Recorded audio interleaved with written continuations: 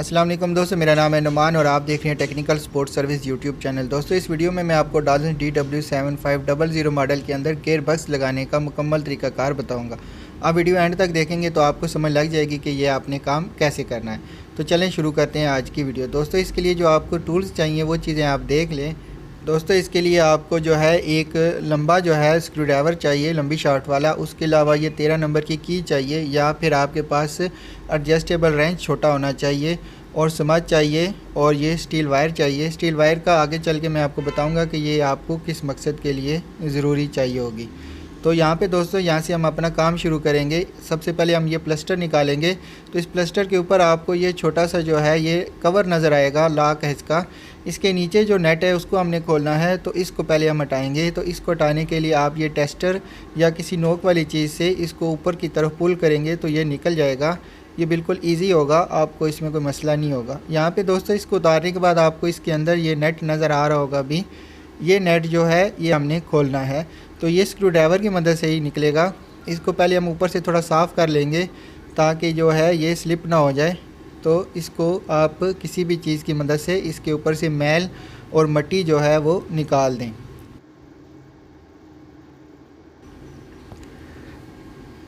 इसके बाद दोस्तों आपने एहतियात के साथ इस नेट को खोल लेना है। ये खुलेगा तो ही हमारा आगे काम शुरू होगा। सबसे पहले आपने यही काम करना है, तो आपके पास स्क्रू ड्राइवर अच्छा होना चाहिए। दोस्तों इसको निकालने के बाद हम ये प्लास्टर को हम ऊपर खींच रहे हैं, तो ये आप ही देख लेंगे कि इस तरह से ये नहीं निकलेगा। आप इसको स्टील वायर की मदद से ही निकालेंगे। ये आपको दिखाने के लिए कि किस तरह से ये काम होगा। इसके बाद दोस्तों जो तरीका मैंने आपको पहले बताया था कि स्टील वायर की मदद से निकलेगा, ये आप प्रैक्टिकल देखेंगे। स्टील वायर को इसको एक साइड से प्लास्टर के नीचे से आपने इसको इन करना है और फिर इसको ऊपर की तरफ खींचना है, बिल्कुल दरमियान में रख के। तो ये आपका जो प्लास्टर है ये तब निकलेगा।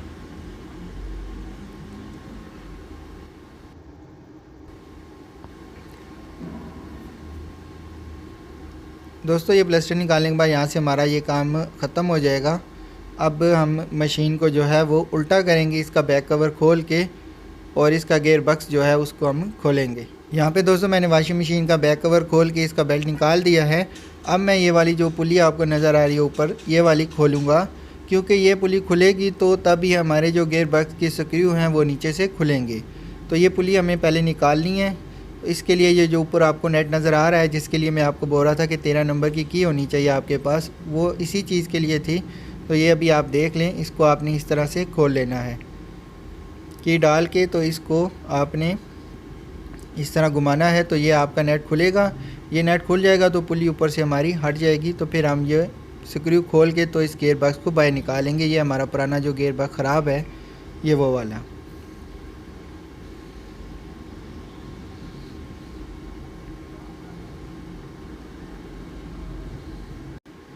अब दोस्तों आपको ये होल्स जो ऊपर से नज़र आ रहे हैं, इधर से हम जो है ये लंबी शार्ट वाला जो मैं आपको बोल रहा था स्क्रू ड्राइवर, इसकी मदद से ये जो सारे स्क्रू हैं ये हम खोलेंगे।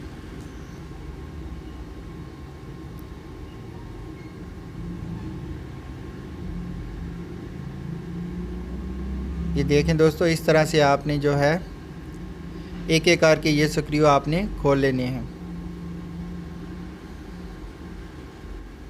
दोस्तों ये सारे स्क्रू खोलते हुए आपको एक चीज़ का जो है वो ख्याल रखना होता है कि आपके पास जो स्क्रू ड्राइवर हो, इसकी टिप जो है वो अच्छी वाली होनी चाहिए, मतलब बिल्कुल ठीक होनी चाहिए।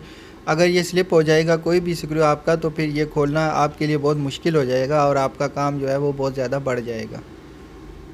इस तरह से दोस्तों आपने ये सारे स्क्रू खोल लेने हैं एक एक करके और इनको निकाल लेना है। तो इसके बाद जो है आपका गेयर बक्स वो निकल जाएगा।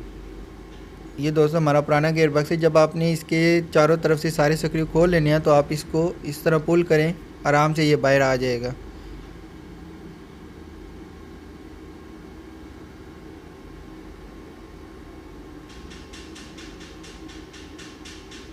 ये दोस्तों हमारा नया गेयर बक्स है।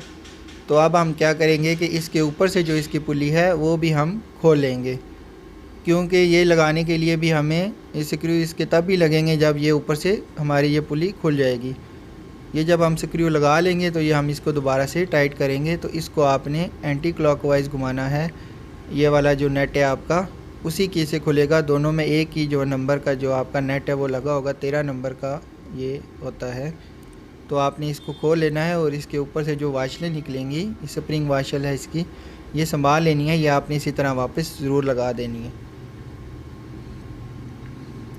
इसके बाद दोस्तों हम जो है इस गियर बॉक्स की जो सील है इसके ऊपर हम समेत लगाएंगे। ये आप लगा लेना ताकि जो लीकेज का चांस होता है पानी का वो नहीं रहेगा इसमें।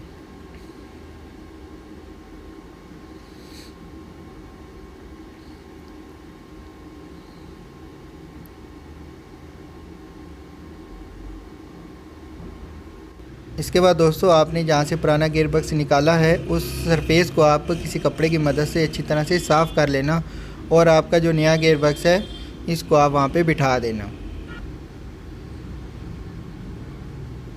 इसको दोस्तों इस तरह बिठाने के बाद अब जो है आप इसके स्क्रू जो है वो एक एक करके लगाएं।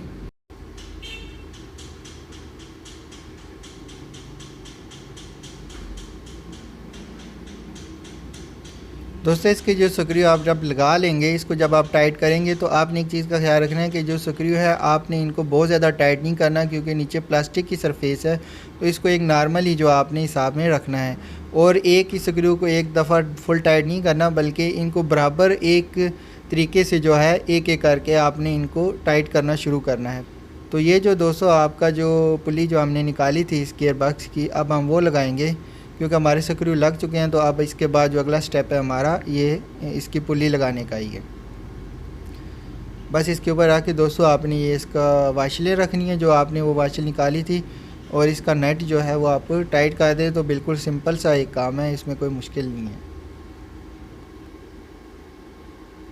दोस्तों आपको समझाने के लिए फुल डिटेल में वीडियो बना रहा हूँ, फिर भी आपका कोई क्वेश्चन है तो आप मुझे कमेंट करें, मैं आपको रिप्लाई कर दूँगा।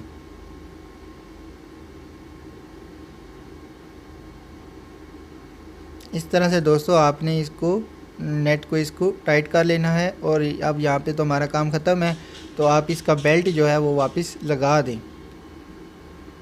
बेल्ट लगा के आप इसको घुमा के चेक भी कर लें।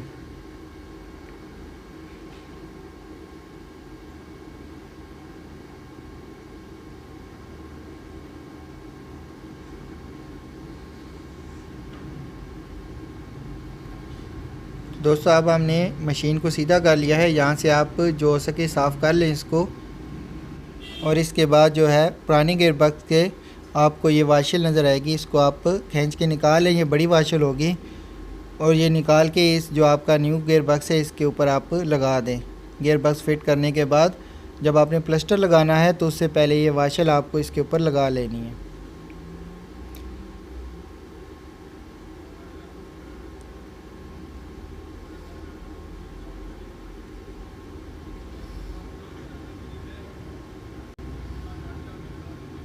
इसके बाद दोस्तों आपने ये प्लास्टर जो है इसको इसके ऊपर रख के गियर बॉक्स के ऊपर अब इसको बिठा दें, इसके ऊपर थोड़ा सा प्रेस करके, और लास्ट में इसके ऊपर नेट लगा दें इसका जो आपने खोला था, और इसको टाइट कर दें।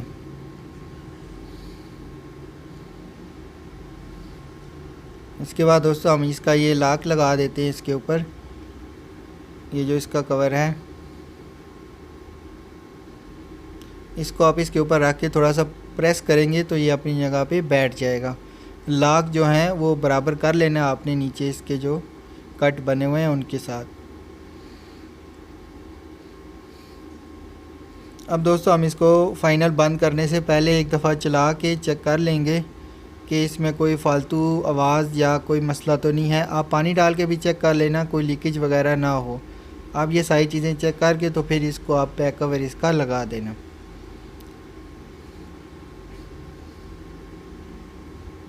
यहाँ पे दोस्तों मैं इसको रनिंग में रख के तो ये लोड टेस्ट कर रहा हूँ। तिरछा हाथ रख के इसके ऊपर थोड़ा सा दबाव डाल के अगर ये कोई आवाज़ ना हो और ये स्लिप ना करे तो मतलब ये हमारी वॉशिंग मशीन ठीक है। दोस्तों यहाँ पे सब कुछ ठीक है, तो मैं इसको फाइनल अब इसको बंद कर देता हूँ। तो आप इस तरीके से जो है अपना सारा काम कर लेना। दोस्तों अगर आपको वीडियो अच्छी लगी है तो मेरी वीडियो को लाइक करें और चैनल को सब्सक्राइब ज़रूर करें। अगर आपका कोई क्वेश्चन है तो आप कमेंट करें। नेक्स्ट वीडियो तक के लिए इजाज़त दें, अपना ख्याल रखें, अल्लाह हाफिज़।